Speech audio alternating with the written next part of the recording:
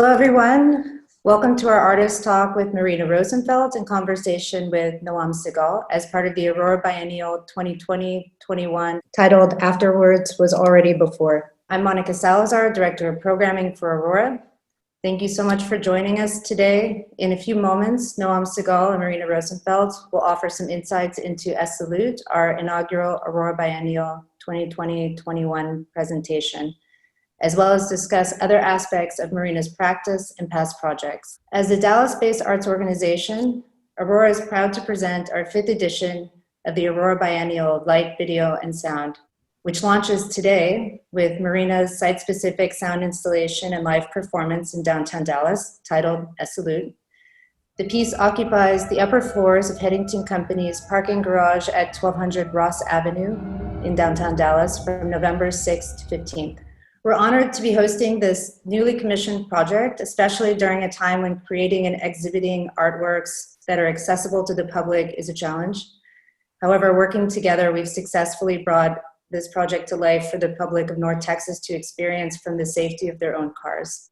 Rosenfeld's new work is oriented around the spectator as a driver or passenger enclosed in a protective skin of their vehicle. Each visitor's entry into the work is met by an invitation of sorts into publicness and mutual presence in the form of a personal salute offered by a live trumpet player, a role shared notably by Dallas-based musicians Rachel Samoya, Chris Doughty, and Freddie Jones. As drivers ascend the labyrinth architecture of the parking garage, this thickly amplified and augmented salutation follows them, echoing through the structure until they emerge onto the roof and the ambient sound of the city. In a separate location at 1408 South Akard Street, passersby can encounter an image of Ssalute in the form of a billboard, suggesting a visual form to the experience that leaves space equally for presence, intimacy, and alienation. A speculative work in relation to both experience and infrastructure, substituting the vacant parking garage and its radical acoustic treatment for actual civic gathering space. Rosenfeld's work is an enigmatic public proposal in time of widespread isolation. Now I'd like to introduce Marina and Noam. Marina Rosenfeld is a composer and artist based in Brooklyn, New York. Her works explore acoustic architectures and experimental forms of participation and sociality in sound installation and performance. Her work has been presented by the Park Avenue Armory, the Museum of Modern Art, the Kitchen, the Whitney Museum of American Art, and Solomon R. Guggenheim Museum, as well as the Ssalute Foundation in Portugal, and festivals and biennials throughout Europe, the US, Canada, and Australia, including 2 Whitney biennials, the 2016 Montreal Biennial, and Documenta 14's audio program and Die Nauischen Musiktage, both in 2017. She has mounted solo exhibitions at Porticus Frankfurt, the Artists Institute in New York, and the Center for Curatorial Studies at Bard College. In 2021, she'll have a solo show at Kunsthaus Baselland in Basel, Switzerland, and her most recent project, the multi-part Death Star, is being released today as a double LP by Shelter Press, to be followed by a monograph in 2021. Rosenfeld also teaches in the MFA programs of Bard College and Brooklyn College, and is currently a research artist with the Experiments in Art and Technology at Bell Labs Nokia.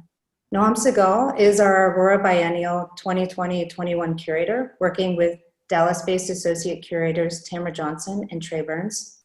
Noam's practice focuses on contextualizing and supporting artists in producing new media art. She received her PhD in philosophy at Bar Ilan University in Tel Aviv and has collaborated with numerous international artists, museums, and nonprofits alike. She's presented the work of artists such as Neil Belufa, Hope L., Sharon Hayes, Henri Zola, Ulla von Brandenburg, Paulina Baldry, and Renato Lorenz at prestigious international biennials and institutions, including the Palais de Tokyo, Brooklyn Academy of Music, Performa in New York, Museum of Contemporary Photography Chicago, and Tel Aviv Museum of Art, among others. So after our discussion today, we'll end with a short Q&A. And before we get started, I'd like to say a few quick thank yous on the behalf of Aurora. First and foremost, thank you, Marina, for contributing this amazing work to this year's Aurora Biennial. Collaborating on such a project when we are all in different cities and time zones takes a leap of faith, and we thank you for trusting us to bring your vision to life here in Dallas, creating a space for reflection, hope, and communal experience for our visitors. I'd also like to thank the talented trumpet players that will be featured in the live performance of Ssalute, including Rachel Samoya, Chris Doughty, and Freddie Jones.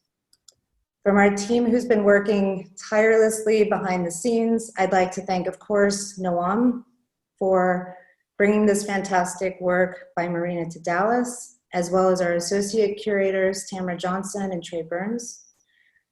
Also, our mighty executive producer, Erica Felicella, and production engineer, James Talambas, our administrative assistant, Corey Moulton, and our exhibitions logistic coordinator, Marcia Singer.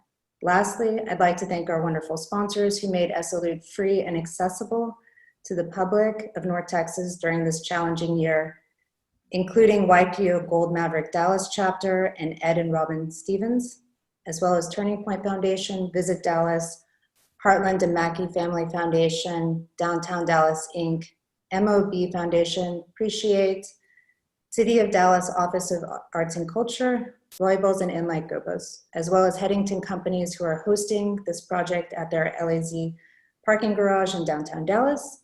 Also, Paperlight Films for helping us to document Ssalute along with the rest of our generous patrons and sponsors. So now I will hand it over to Noam and Marina. Thank you and enjoy the presentation. Thank you, Monica, for this introduction. And thanks everyone for joining us today. I'm very happy to be here. Hi, Marina. I'm happy to be joined by you. So just to give a short explanation of how this is gonna happen, I want to give a very, very brief introduction to your practice, and then we're gonna dive to a more in-depth look on 4 previous projects you made, and then we're gonna talk about Ssalute, our current project. First, a few words about sound art. So as offered by the scholar, the notable scholar Barbara London, sound art emerged in the 60s as an open-ended alternative to an object-based practice. Stemming from various experimental practices, it became more established in the late 90s as museums found it more to be exhibitable. Sound art belongs to the here and now, as it's steadily involved with technology and with the times and its users. And I think in that sense, the here and now part is very, very central to our project, particularly in relation to COVID. And then, Marina, I guess your diverse practice is usually organized around different sociabilities, let's say, and temporalities that are reorganized by sound, space, resonance, and architecture, oftentimes in monumental spaces.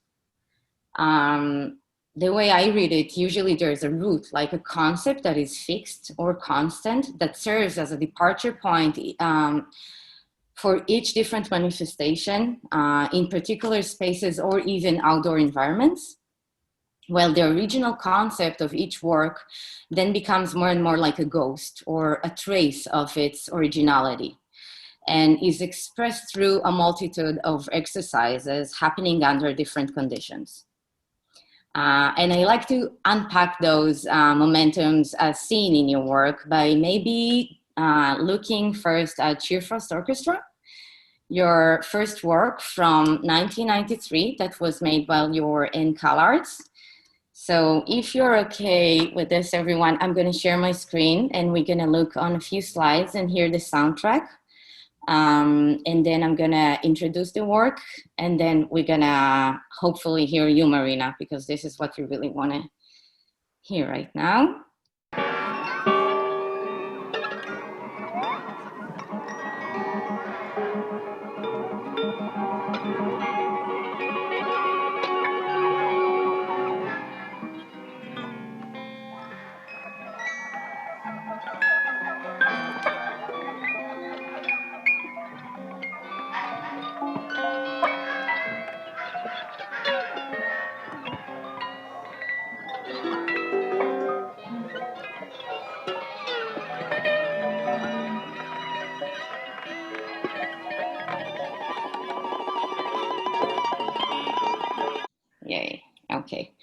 So Shearfrost Orchestra had its first iteration in 1993 when you were still a student at CalArts. It has received many performances since, including New York, London, Innsbruck, Cleveland, and San Francisco, but was mainly active as a concept and a composition during the 90s. An event of indeterminate length, but deploying a formalized set of other conditions, namely 17 female performers, 17 electric guitars, and laid end-to-end on the floor 17 individual amps, forming a wall behind the performers, and 100 or more of nail polish bottles dividing the audience from musicians. The work foregrounds the intersection of performance, site specificity, improvised music, and feminist strategies of organizational sociality. Participants were required to learn a set of one-fisted gestures on the instrument and scoring system organized in 30 to 60-second increments. At no time are the instruments lifted to the body or touched, except through the mediation of the glass bottoms of the many nail polish bottles at hand. So participants adopted and explored those techniques in rehearsals, and they were just as important as the subsequent performances. The work identity is distributed across numerous local and temporary ensembles, scores customized to local conditions, and recorded traces in the form of cassette recordings, CD releases, and personal memorabilia that also included scores, programs, and relationships formed within the course of participation. So I guess my first question, I want to start from the end, from the part that deals with dissemination, because you always consider dissemination in your works. But the idea was never had to do with reproduction of the original work, but rather was made to circulate, as you said, the identity of the work.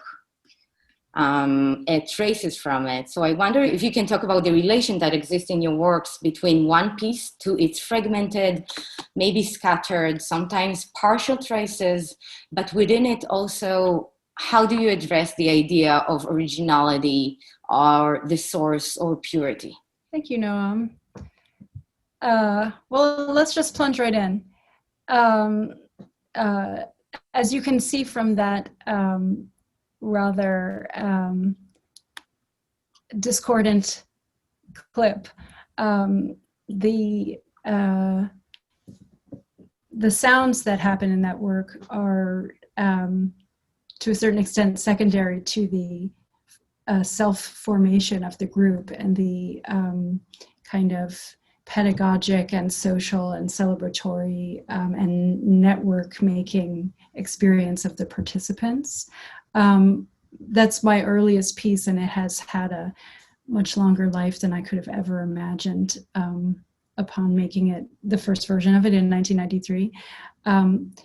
But yes, my works in a general way have taken a kind of foundational position against autonomy, the autonomous work as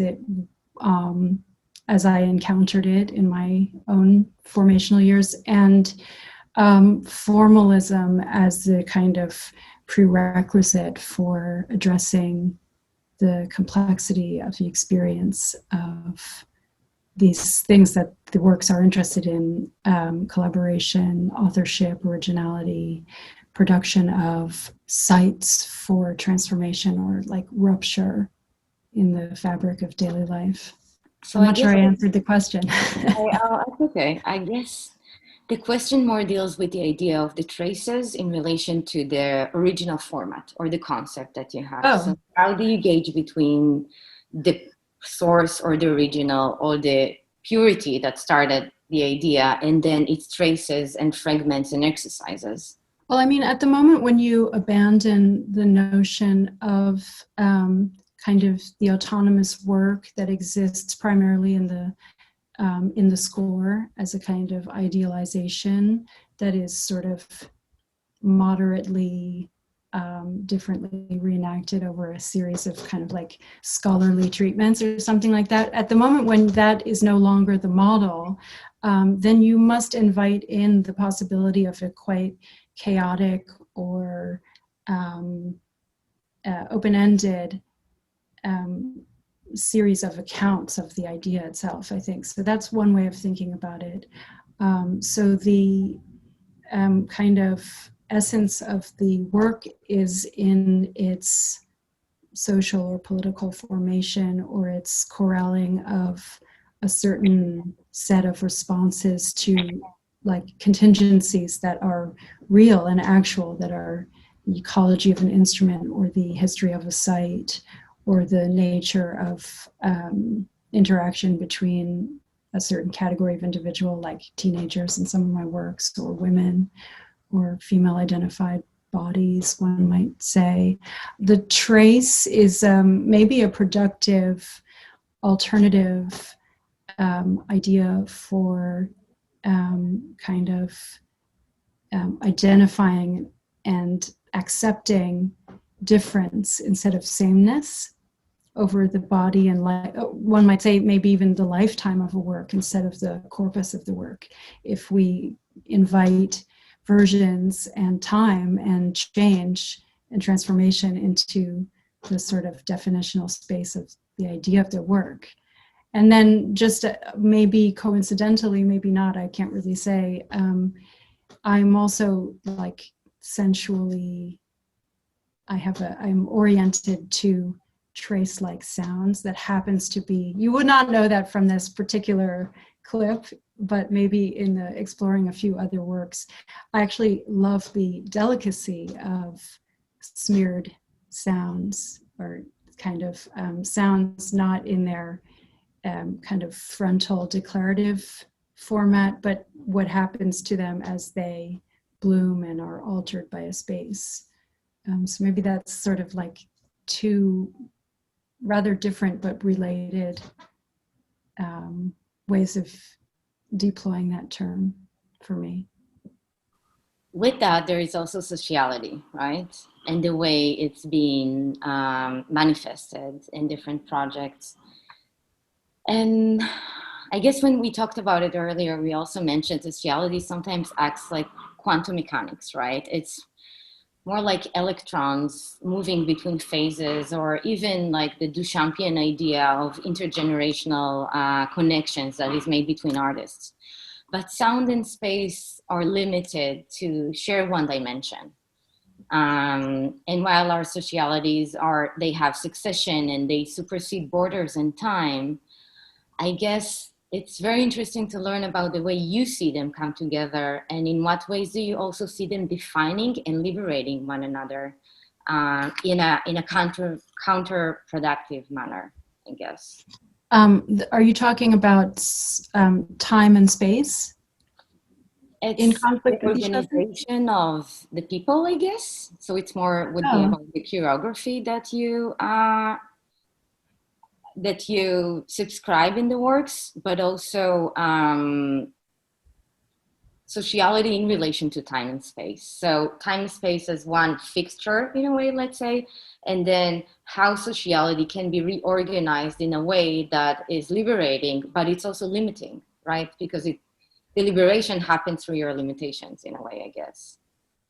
Yeah, I mean, I think, it was interesting to hear some of the ideas that you brought to the table around sound art. And sound art is certainly one frame through which some of these works can be understood.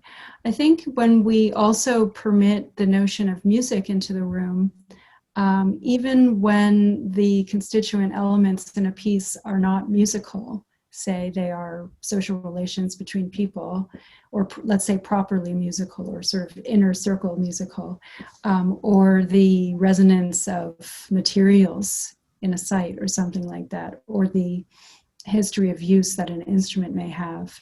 I think that music keeps us a little more on the path, like it helps us understand or reminds us that music has always been a site of social exchange and enactment. I'm really interested in the encounter. I'm not so interested in discrete as I said, or yeah, like discrete states of being. I'm interested in the abrasion between things. So between, you know, an architecture and an amplified sound within it. That's kind of a primary interest of mine. So I do think that, you know, I think that it is right to think of a kind of problematic encounter between different kinds of socialities, whether they're collaborative or authoritarian or pedagogical or other forms. And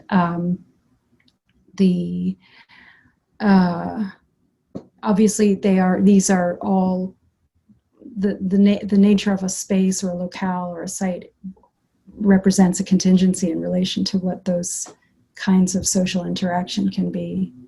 But I think if I'm following your question, that would be where I would situate my position to some extent. So I guess even in continuation to this, maybe it makes it more cohesive to think about gender. In this specific work, you enforced some limitations, right? The instrument cannot touch the body and cannot be lifted, but the only connection will be made through the nail polish, which is obviously a signifier of sorts. So I guess the question is about the limitation and the gender boundaries. There is a connection there, and I wonder if you can talk a little bit about that, or even the way you thought about it back then. Yeah, I mean, that piece was a really formational experience and a foundational work in terms of maybe at this point introducing publics who encounter my pieces to a way of thinking. So it's a really aggressive work, and it kind of, it has a manifesto-like structure. It negates all that comes from historically to it from common practice around playing electric guitars for audiences. You know, it wants to negate the connection to the male body. In this particular case, it was like, oh, can I do this? Yes, it turns out I can. Kind of. It took that type of an approach to what it might look like to mount to first of all, like, take on the notion of the orchestra, of composer. It was quite difficult as a young woman to imagine myself into that position. I had no female teachers or even exposure in my education to like a single female composer. So it was definitely required me at that time in the early 90s to produce an alternative to the position as it was being defined and offered somehow. I mean, like, I didn't, just for audience people who might be like, that's strange, like I did not learn about, for instance, somebody like Paulina Oliveros ever in school. It did not come up. Her practice was so extremely relevant to mine. It didn't come up. Maybe at like the very tail end of graduate school. So anyway, I'm making an excuse for my my obnoxious approach to that piece, just in terms of, like, you know, being like, I hate everybody and I'm going to make a horrible racket in a beautiful, out of a very beautiful spectacle. I want to jump to PA. So we're going to go chronologically in time. PA Hard Lab was made between 2009 to 2011. PA Public Address was an installation and a performance at Park Armory Avenue in New York in November 2009. It was co-produced by Park Armory Avenue and Performa Biennial, and then accompanied by another work, Public Address number 2, that was installed at Renshaw Hall in Liverpool, an active car park as part of the exhibition No Longer Empty at Liverpool Biennial 2010. And later on was shown at the Kitchen, New York, with Warrior Queen, Okiangli, and the piece is an assemblage of tricked out horns, salves, and loudspeakers previously staged as PA in a series of monumental sites. So I want to share my screen again and just share 40 seconds from this work with everyone.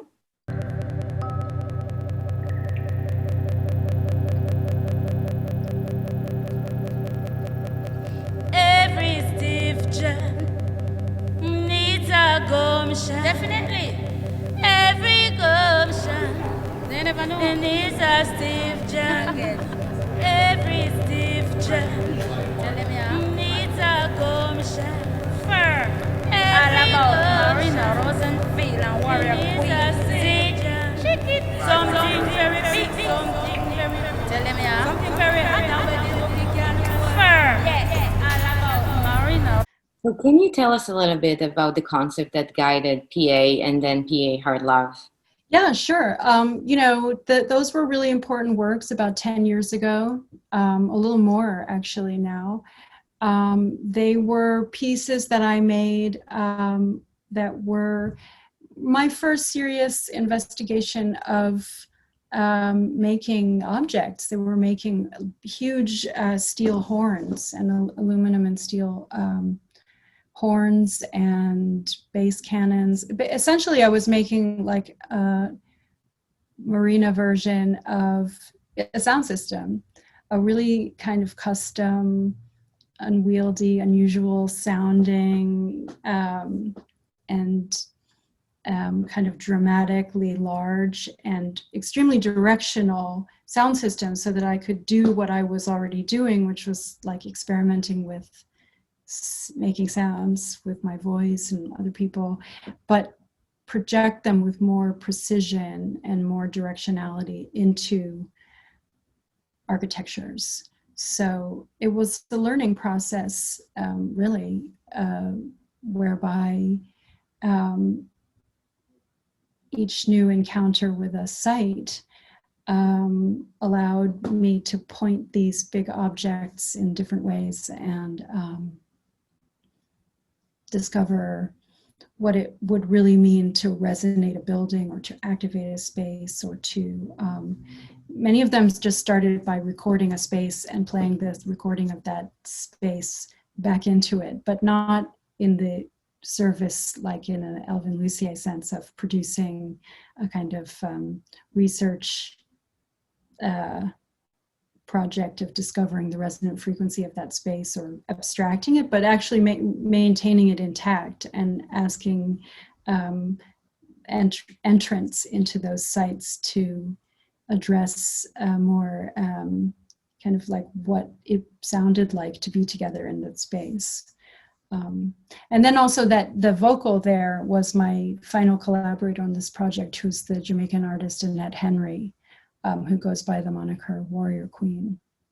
So I invited her into the project in its final iteration, and she wrote an album's worth of incredible lyrics over these very abstract soundscapes that I was recording in the Park Avenue Armory.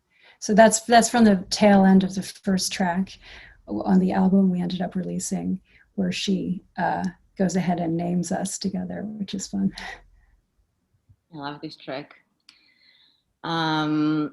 Usually to get to that moment, you have to listen to like 5 or 6 minutes of room recordings. Maybe it's also good to mention that all of the sounds are experts. It's not the entire files, of course, and not the entire duration of the piece. Of course, yeah. I find that in this work that I have never experienced, of course, in real life, but it considers ideas of circulations and transmission, but also entitledness and privilege. And I figure that in this work in particular, as it's addressing the public, you consider the access to the sound in various parts of the monumental space. Let's say that the access to the sound was not equal, right? It never is. And I wonder, how do you gauge that within the works, but also in a more abstract political manner? I mean, that's a wonderful question. I think that is also, that's a process. There's no sort of final concluding strategy whereby one kind of levels inequality and platforms exclusively those who deserve platforming or offer, you know, like one must expect all kinds of different entanglements with one's works as sites and as spaces of encounter and so on. I do think that, like I was saying just now earlier about my first my first piece, it has been from day one for me an interest to kind of like make a space for difference in my work. I think maybe that would be something you could say about every work when at one point when it's all over and I'm done. Maybe that will have been my research project at some level, to kind of dislodge the presupposition of some kind of like expertise or mastery as a place where the real action is, and replace it with a much more speculative, open structure where we can actually take a look or listen to ourselves and yeah, like get straight with the complex experience of being not even straight, but you know, like to that these works actually aspire to a fairly lofty goal at some level, which is to create a new kind of space for listening, and to not make assumptions about that are stupid and exclusionary. I hear you. I'm thinking about that. And as also we address free exercise, because also in free exercise, there was this idea of access, especially at the Bergen-Kunsthal iteration.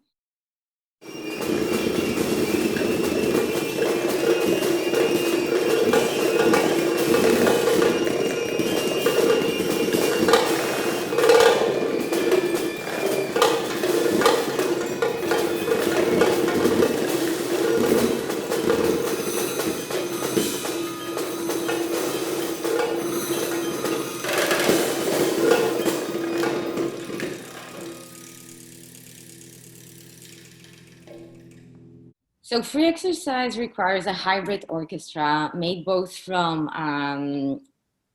up from both military and experimental musicians. And in its first iteration in 2014, free exercise was premiered at the Bergen-Kunsthal in Norway. A second version was later mounted by Biennial de Montreal in 2016, and the catalog of one of the shows states that the work has been developed with the exhibition rooms of the Bergen-Kunsthal as a site-specific framework for the performance, where the orchestra and soloists, which are separately engaged in series of motivic and rhythmic exercises of varying degrees of physicality, are distributed across the 4 adjunct exhibition rooms of the Kunsthal. And this gives the audience intimate access to certain gestures while making others only available at an acoustic remove. So, as in your previous work, the distribution of events, objects, and players in rigorous formations that are responsive to both acoustic and architectural properties of the site allows a compositional staging of relations. And specifically in this work, it had to do with order and disorder, with stress, distraction, and escape that kind of unfolded gradually in a musical form. And we discussed it a little bit, but in experimental video art practices, for instance, there is a strong connection between the idea of disorder and focus, that by the fact that we have a multitude of screens, let's say, or a multi-channel video installation, it could support our focus. So I wonder, when you think about the audio sphere, how do you treat that? And how do you think this thing that happens with the gaze when it suffers from overload can happen also in the audio faculties? And how do you treat this idea of between disorder and focus? Yeah, I think that's really interesting. I haven't encountered that idea before about how if you had multiple screens or like a lot of confusion, that it would actually be a precondition for like a different kind of focus or something, which I think is what you're saying. I don't know. That sounds like an idea to learn more about for me. I think that I don't know for a fact that, like, well, if people are interested in the work free exercise and look it up on my website or other places that it is online, yes, there's a lot of music going on at once. This was a work for a military ensemble, and then all these other people who were like these kind of irritants to the order produced by the military musicians, so like improvisers, drummers, violin players. It was different in different productions that the work has had, but it's very much about like abrasion between those who would produce order and those whose role has been given to produce disorder or just difference. Like, so there's simultaneous musics. So it was a total blast to make, of course, because I'm like, it's sort of similar to my background in turntablism, like putting on two, you know, you reach a point where you could put any two records on and you're like, I think this sounds great. What's wrong with this? It just, you over time, that practice, at least in my case, produced a very radical opening to complicated kinds of simultaneity.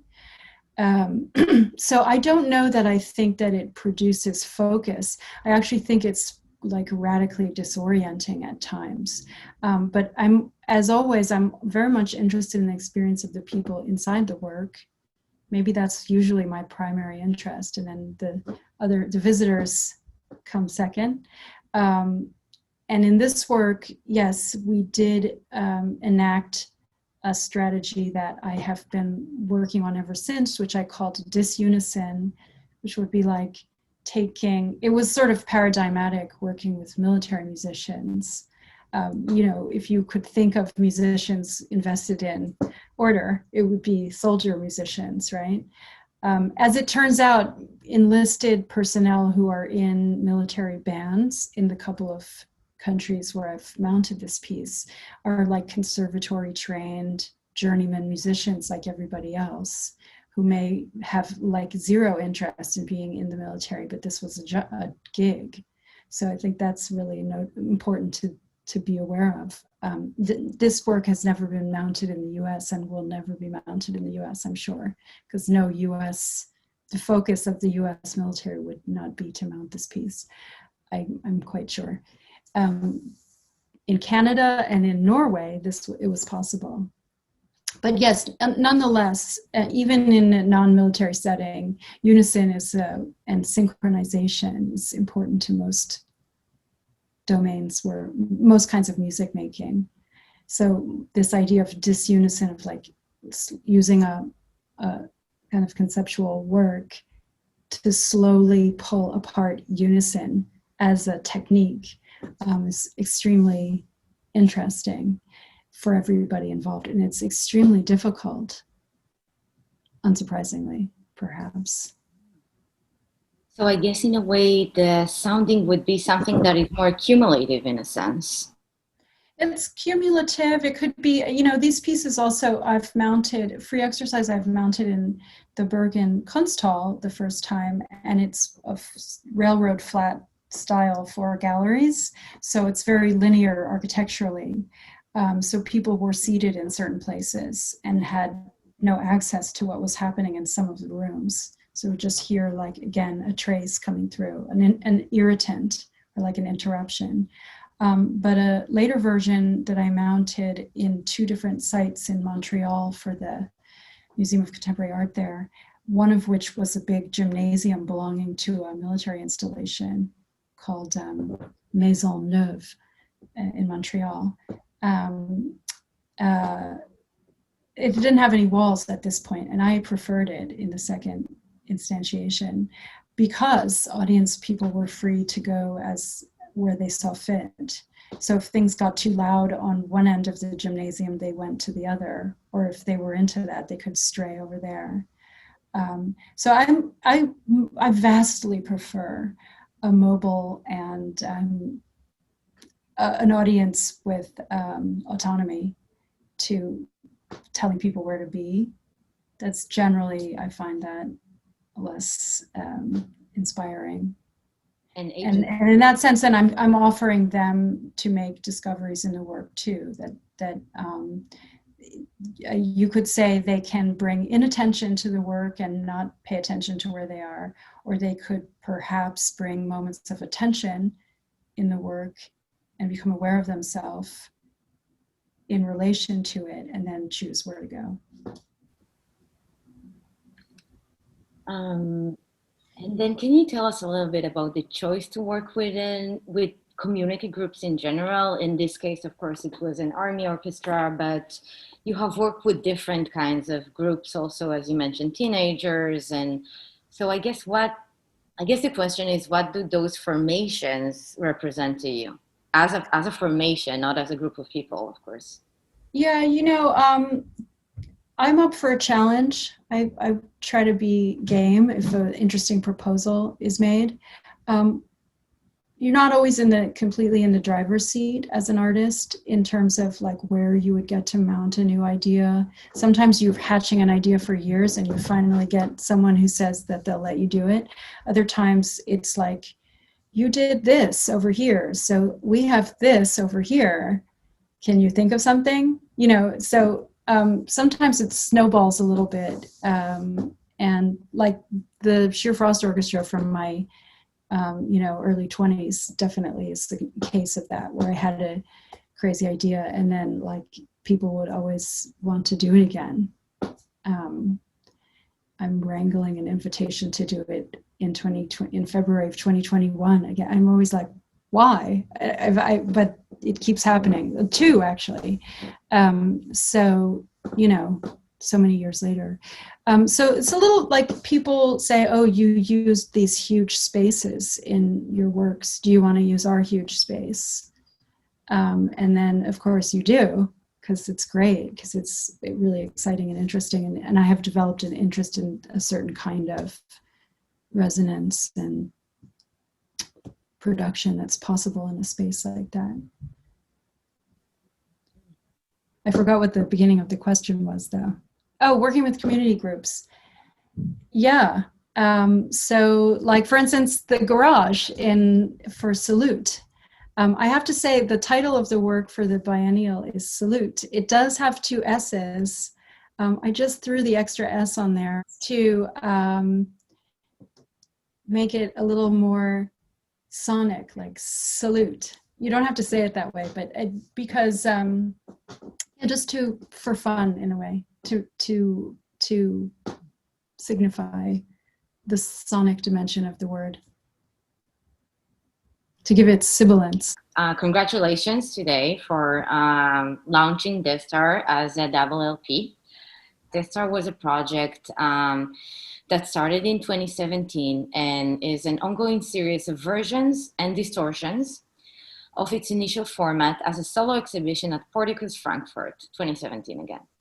The title of the exhibition, Destar, refers to an unrealized line of research conducted in the late 90s at the former experimental sound facility at Bell Labs. Before this idea was abandoned, researchers explored the possibility of formalizing the subjective and transitory nature of sonic experience through a proprietary microphone configuration and set of associated calculations. So-called perceptual sound field reconstruction.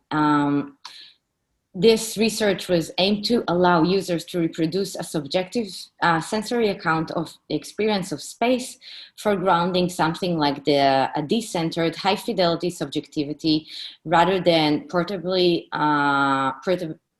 standardization of subjectivity. So the Destar device, that was its informal nickname, referred more to the appearance of the structure than its function. But yet the device also seemed to appoint as an alternative future where listening was closely tied to cognition and the body.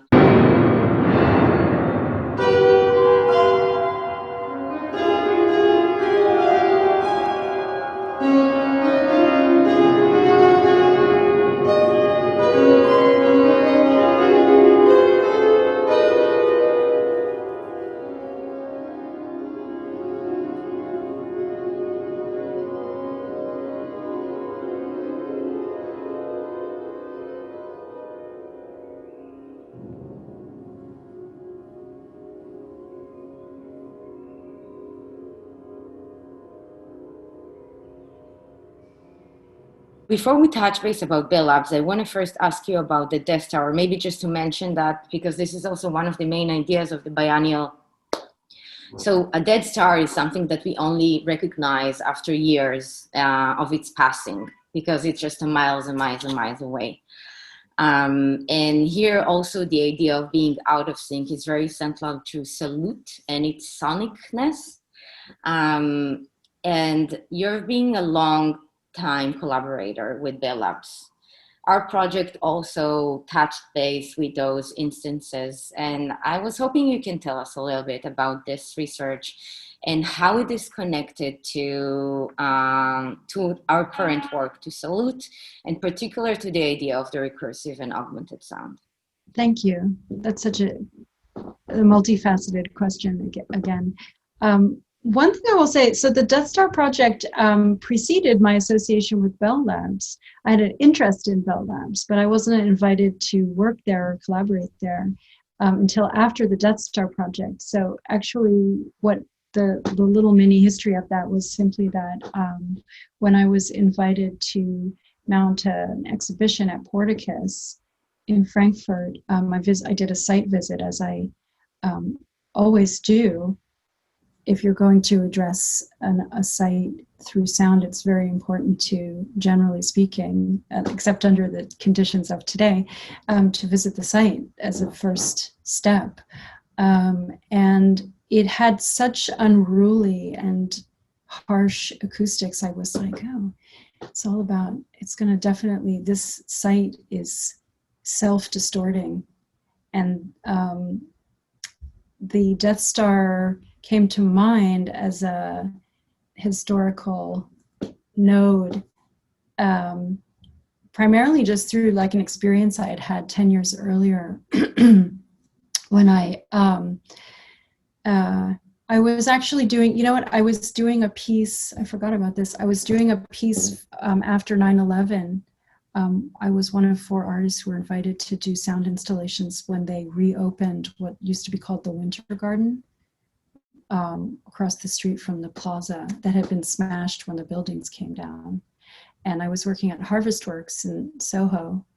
And Paul Geluso, the engineer there, had a prototype there, which was nicknamed the Death Star because it looked like a globe with radiating things coming off it, which was like a kooky microphone concept that thereafter disappeared, was lost, and it wasn't pursued over there. So I ended up, my Death Star was made for memory and without the proprietary mathematics really. And it was a, you know, sometimes you just like, there's a wonderful pretext by which to kind of move into one's own research. And that research was the pretext for my research, which was how to activate the space of Porticus as an acoustic volume and how to kind of navigate between its history as an art space, as a site of a certain kind of strand of contemporary art practice that I was interested in,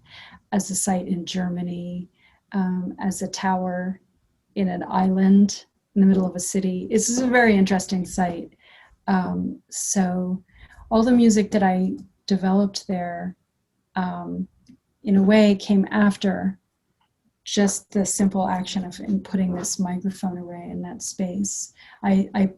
After creating a sound environment that was recursive in structure, as you say, where everything was constantly feeding back and on the verge of an eruption, a whole body of notation came after and produced as an after effect versions. Again, another idea that we've evoked a couple of times, and which should be said also has an important resonance in relation to the history of sound systems and Jamaican music, and making versions as a really interesting kind of socially tinged creative music site.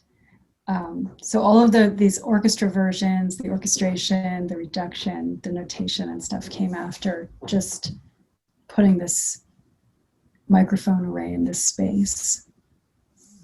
Oh, I didn't know that even. It's great. Every time I learn something new from you.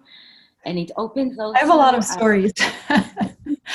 I remember things. Namjoon Pike memory machine. But we're not going to touch that. But there is a really interesting connection between the time-based media of the visual image and your work, and how they offer, I guess, juxtaposed but parallel logics in a way. Well, we have many questions, and I haven't touched Ssalute, so I'm going to jump right back to our project right now.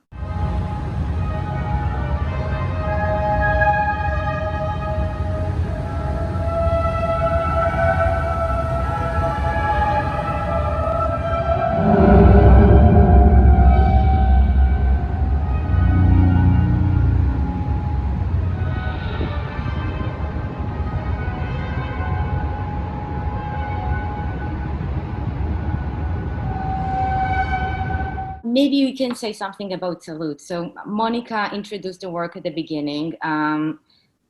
There is the sound, but on the rooftop of the building in 1200 Ross Avenue in downtown Dallas, there is also a big billboard that suggests a shape to the listening, a shape of listening. This is what you told me on our first meeting about that. And I was hoping you can share your understanding of what is a shape of listening. Yeah, I mean, so there's so many intervals in the work, Ssalute, distances, there's separations and isolation. And the idea of the work really comes out of very much my experience, and which I think is a pretty easily shared one at the moment, of how much we've had to wedge these separations into everything that we were doing before the pandemic.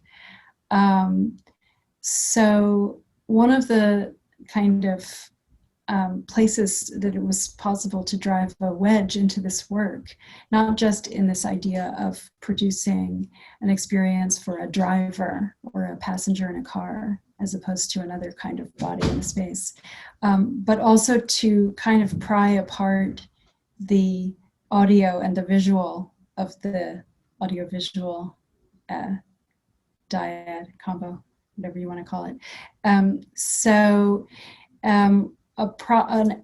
Something that I'm exploring right now is what we can know about what shape the it's complex to say the shape of listening. What I'm talking about there is something like what shape the sound is also taking, but the orientation is around reception. It's not so much about what is being uttered or emitted or diffused, but what I'm interested in the kind of ways that as receivers and as absorbers or buffers or peoples whose corporeal and also mental cognitive selves kind of like affect what is transmitted. We absorb sound, we are penetrated by sound, we ignore sound, we can easily be in silence, inside sound. I'm kind of working against what I think is a bit of a kind of idealization that I've been encountering more and more, that I think has very obvious reasons for being, but the kind of idealization of sound as a transparent zone, unlike visuality, which we understand to be completely contaminated by ideology and other problems.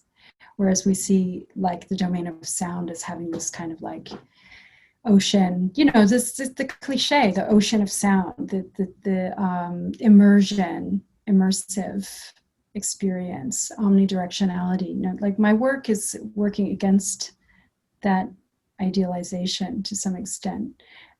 So to speculate about a shape that one's listening has is to, first of all, begin to speculate about what happens before sound, actually. We are listening before we're receiving.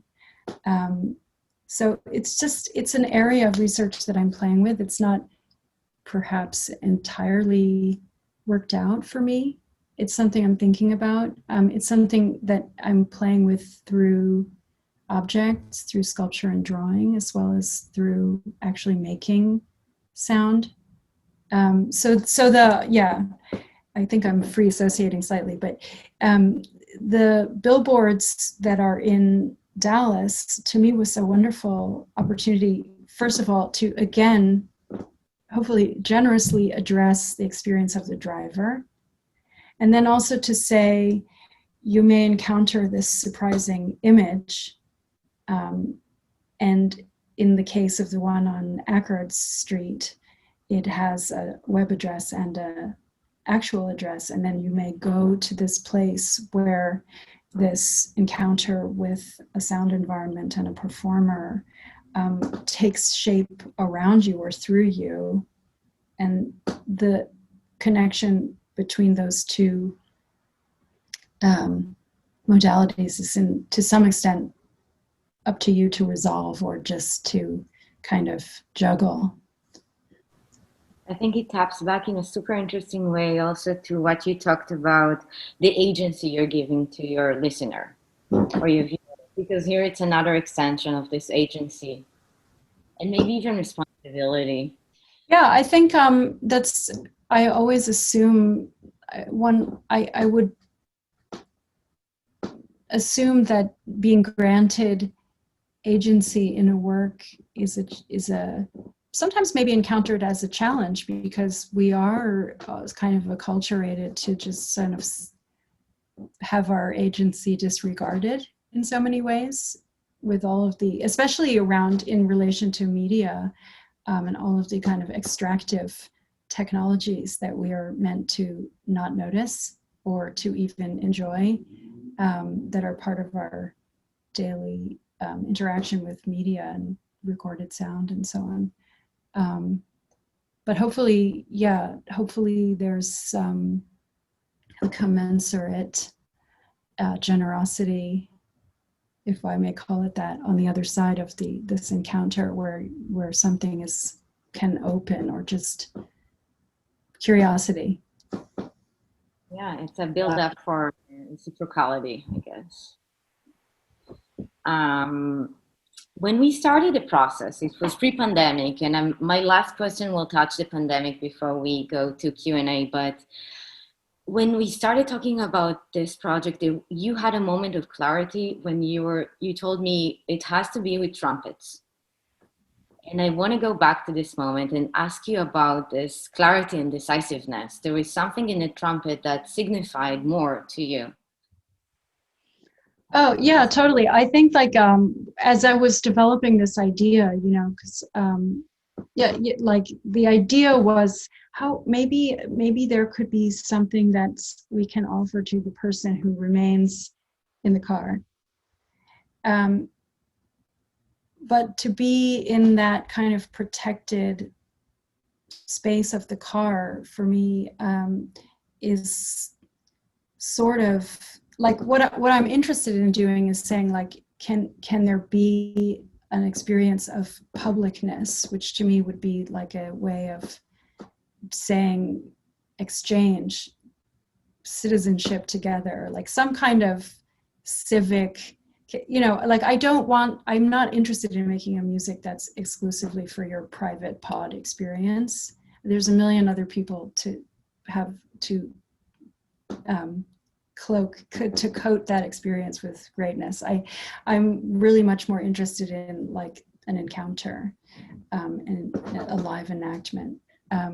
So to penetrate the safe space of the car was the sort of initial premise. Like how could one do that? How can the fantasy inside the car is probably of protection and non-publicness, but on the other hand, in many cities and places, the car is the primary site by place where one is in fact in public. You could do almost everything there, including getting your food and your curbside delivery and etc. So the trumpet is like, for me, almost like it was like a comic touch, because I'm thinking about as well as a kind of a precise instrument. But it's quite funny. The trumpet like is this instrument in old movies about King Arthur's court or whatnot, where like you announce publicness. It's like dun dun dun dun dun, the king is here, or the Baron of Hamburger is here, whatever. So that, yeah, the trumpet, it has to be the trumpet, because the trumpet is the one who does that. And we are, in fact, we're kind of doing that. Yeah, I agree. I think the project also brings about, in a very rigorous and interesting manner, the idea of intimacy and publicness, because we feel the publicness. There is some restoration of connective tissue, but everyone are contemporaneized and are isolated and atomized within their pods. So the clash is it's very, very timely, I guess. And in that sense, I want to ask you about speculative creation. I think this work, I have never heard of a sound installation that was done remotely. I think it's probably maybe one of the first times it was ever done. So salute to you. Thank you. But we should ask someone who's actually been there before we... It changes the idea of documentation. And when we think about documentation and sound and documentation and performance, it has different statuses. And in this particular case, the documentation got a completely different status, let's say. So I guess the question is about both in relation to the pandemic, the idea of speculation and the idea of documentation, and how you see them, how they have been and will be realized in Ssalute. Oh yeah, that's really interesting. I think that the documentation, far from being what it normally would be a kind of secondary recuperation of the trace, right?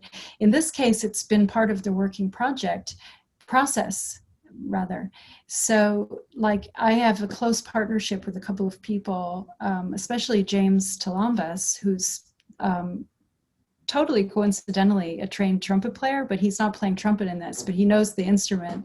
But he's a sound engineer, and he and I have spent many days using FaceTime and Zoom recordings and moving around and roaming around. And ultimately, the documentation is like the work in this under these conditions. He sent me things to approve, like changes that I might think were a good idea, and so on. But then on the other side of that is just one has to have faith that if the idea that I've communicated is clear, then the final judgment about, for instance, like how loud something should be, I have absolutely no basis for making that call, and I abdicate to those who are present. I don't know. Normally I would be very interested in that question, in other words. Yeah, I share the same lack of knowledge with you. So we have to trust our collaborators there, I guess. Maybe also it's like, you know, maybe there's something about imperfection that one actually has to embrace, and that could end up being something that we learn something about from this experience. I want to thank you so much for your generosity and for being here. And I will call Monica back if Monica wants to have us back and then maybe share a few questions from the audience. Thank you so much, Marina and Noam. That was fantastic, and thank you for the insights. We'll now begin the Q&A, and I'm going to open up the discussion to the audience who's already been sending in some questions during the talk. So also, if you haven't yet sent in questions, feel free to also send it here, but also again over info@dallasaurora.com. And if we don't answer it today, we can answer it after the talk as well. So yeah, there was a few questions that came in, or several actually, but let me see. So first there was,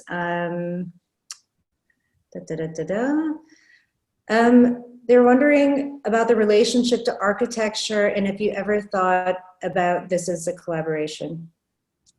Marina, obviously. So. As a collaboration with architecture? I guess they can't clarify because it's a written. Yeah, exactly. But it was, they were wondering if your relationship to architecture, they said, I was wondering about your relationship to architecture and if you ever thought about this as a collaboration. So I only imagine that means collaboration between you and architecture. Yeah. Well, it's highly collaborative. The most important collaborator has been Rachel Semeoa, who's a very, very intense musician and a professor at one of the universities in Dallas. And her interpretation of an initial round of ideas are what this are the majority of the sounds that are distributed by loudspeaker. It's not just a live person, it's a live person, and the sound that they initially emit from their instrument, the trumpet person, then circulates via loudspeaker and in a kind of complex fashion up this spiral that results after a couple of turns in the car coming back out onto the roof, and the process starts again. So it's been very collaborative with the team on the ground, with the musicians, with everybody involved, really. And yes, I do. What was it about architecture? What was the? It's like if you see the art, like I guess not just in this project, but in general, like if you see architecture within as a collaborator within your sound projects when you work in context. Yes, absolutely. I mean, I have very little. It's funny. I have very little interest in architecture for itself as like a way of innovating the city or something like that.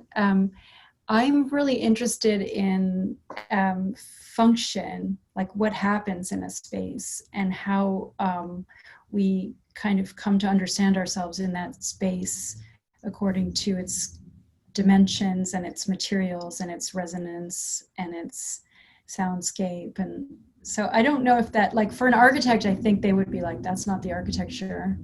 They might, I think it's an adjacency that I'm interested in. Yeah. So that makes total sense.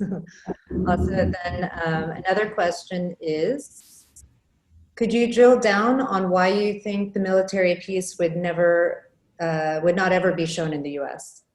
Oh, I mean, because I think the orientation towards total bellicosity of the United States version of a military force would preclude an interest in mounting this piece. It was an offhand comment, but I'm sure that it's true. It required collaboration with these folks. I mean, you know what? Maybe I shouldn't say that. Maybe there would be an occasion to do it. And of course I would love to do it because one of the privileges of being an itinerant artist on the scene is these encounters that I've had with domains or individuals or organizations that I would have never otherwise met and learned from. And for instance, this French-speaking Army Corps in Montreal that I worked with quite closely, and their conductor, who was really amazing, they had two conductors.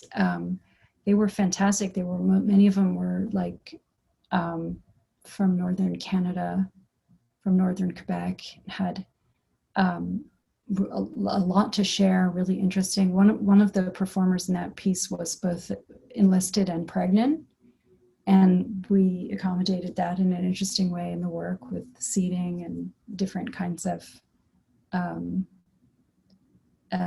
yeah, I don't know. It was a flippant comment that might or might not be true. Can I ask, Marina, is this going to be reiterated in Switzerland as well, in Basel? Say that again? The exercise is going to also no, there's no plans to include that work in that exhibit. That's mostly going to be new work, new stuff. Great. And then another question. Some of your work tends to be sculptural, and they said, I wonder if you thought about ideas of musical works being different levels of finished. Again, two halves of the question that sit in a complex way together. But a great question. Yes, I think finished, the notion of finished is something I've really struggled with in my work from day one, actually. Perhaps never believing that a work is finished was a way of exiting from a certain structure for me. You know, like at the point when I abandon the project of completion, maybe I've allowed other things into the room, like this idea of the trace or of versions or of a kind of distributed authorship across the many participants of an idea, or even that the finished work, the recording, which I also do sometimes release commercially, and that then it is actually finished from an economic standpoint primarily. That I sort of labor instinctually to sideline those occasions to some extent. Like the main thing isn't the recording. Or sometimes I've waited. Maybe this is a good explanation to myself for something about myself I actually don't understand, which is my extreme recalcitrance around releasing recordings at times. Like sometimes I wait 5-6 years to put the record out, or longer in some cases. So like I'm releasing some work this year and next that is from the period 2008 to 2011. Yep, sounds good. It's an insightful question, actually. Yeah. Then it's the same person, but they just said, I was also kind of thinking about the relationship to your turntable work and this idea of the parking garage as a spiral. You often work in this circulatory way, and I was wondering whether if you were thinking of the car as a kind of needle riding a wave of sound. Sounds very nice. Oh my God, that's really brilliant. I wasn't, but I will now. Yes, I love the idea of the circle and the rotation, because there's a return and there's a going away, and like, as you know, our primary mode as bodies is duplication, repetition, in, out, back, forth, left, right. You know, we return. So I think, yeah, I love my initial love affair with the record player was absolutely about its mechanical, spatial, sculptural property, not the sound of it, although I like that too. But that the availability of this like drawing implement was everything for me about the turntable for many years. And then just to circle back to this person's initial question actually about sculpture, it's very apt because it has been a slow trajectory for me as an artist, I think, toward objects, although they have always been there, but always in some way compromised or diminished in their full autonomy as objects. It's like I've corralled them in relation to liveness or action. Probably for that same kind of lack of affiliation that I feel to the finished thing. So it has been an interesting process to, like, for instance, I love my dub plates that I make because they're always unfinished. They're always degrading. They'll keep degrading forever. There's no end in sight. They're always getting new sounds on them because they're losing something else. And the work I've been doing most recently with objects has some of those same contours. Yeah. Thank you again so much. And that was wonderful to hear all of this. To the audience, if you haven't already, please also register for our newsletter, and also stay tuned to our Instagram, Facebook, and Twitter pages for program updates for the biennial, but also, of course, Marina's project. And we'll be posting updates, or for the program, but also this. And we'll post some video and stuff for people who can't get to Dallas. They can see this strange and magical space the way I've been seeing it. Yes, exactly. And we're going to document it and share that online as well for the people who can't come. But if you can come, I highly suggest it. Please visit our site, and you can register there at dallasaurora.com/aurora-biennial, and you can find all the information there. Thank you so much, Noam and Marina, and thank you all for joining. Bye-bye. Ciao. Bye-bye.